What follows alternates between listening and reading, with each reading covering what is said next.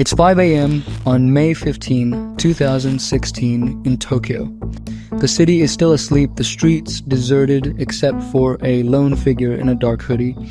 He steps into a 7-Eleven in Shibuya, his eyes scanning the empty aisles. At the ATM, he slides in a card, punches in a pin, and pulls out 100,000 yen in cash. He pockets it quickly, discards the card in a nearby trash bin, and slips out into the shadows. What he doesn't know is that this is just one piece of a much larger puzzle, a puzzle that spans 16 prefectures and involves over 100 operatives just like him. By 8 a.m., they'll have emptied 1,400 ATMs of 1.4 billion yen. But who orchestrated this perfect crime? And why did no one see it coming?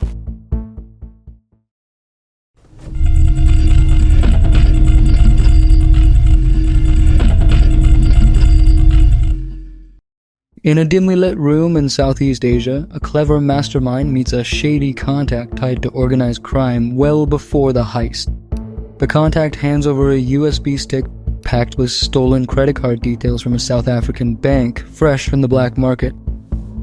Unlike ordinary credit cards, these are cloned versions crafted to dodge standard protections. They carry just enough details to make one real withdrawal, then they're discarded.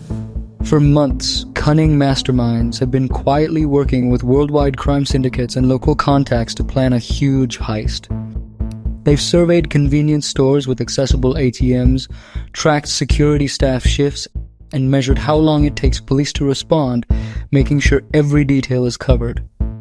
Their tactic is to use stolen card details to pull off thousands of quick cash grabs, moving swiftly to avoid detection and keep ATMs from running dry or hitting withdrawal caps.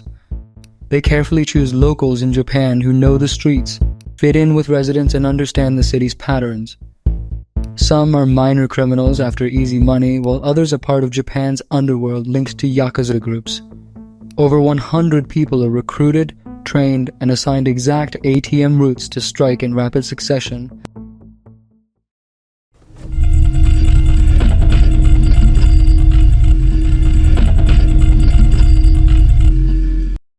As the sun peeks over Tokyo, the city wakes up with people rushing to work. But in quiet spots, small groups of men and women hide. Some look normal, like a guy in a suit or a lady in office clothes. Others seem odd, wearing loose shirts and caps covering their eyes. At exactly 5:30 a.m., the first thieves start their plan. ATMs full of weekend cash buzz as they pull out 100,000 or 200,000 yen. It looks like regular people grabbing money, but it's happening all over the city. By 6 a.m., the thieves are racing from one ATM to another, moving super fast. Every group works like clockwork, grabbing cash with each quick withdrawal. They stuff stacks of yen into their pockets, and no alarms ring. Nobody notices anything weird. It just looks like regular people using ATMs.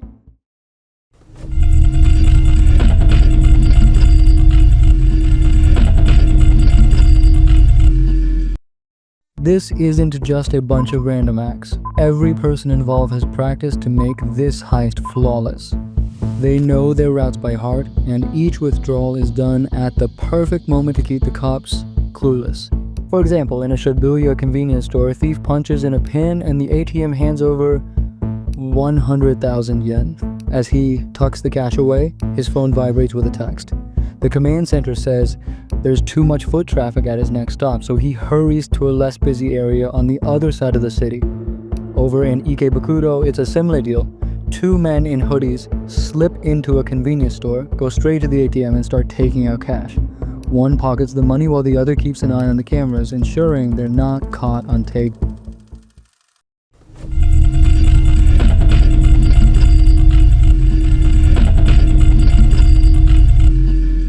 At 6:30 a.m., the criminals have already pocketed 600 million yen, and the cops don't suspect a thing. There's no word of anything unusual, and no bank staff are sounding alarms. But deep in a major Japanese bank, a smart computer program catches a weird pattern. Huge numbers of ATM withdrawals popping up everywhere. Far too many for this time of day. By 7 a.m., the bank security room is buzzing as workers try to figure out what's going on. A tech in his early 30s stares at his screen, shocked by all the transactions. He realizes it's not random. ATMs across the country are under attack. He phones his manager, who talks to other banks and learns they're seeing the same thing. By 8 a.m., the heist is over. In less than 3 hours, the thieves have snatched 1.4 billion yen, around $13 million, and disappeared. As the police start to understand the crime's size, the culprits are long gone.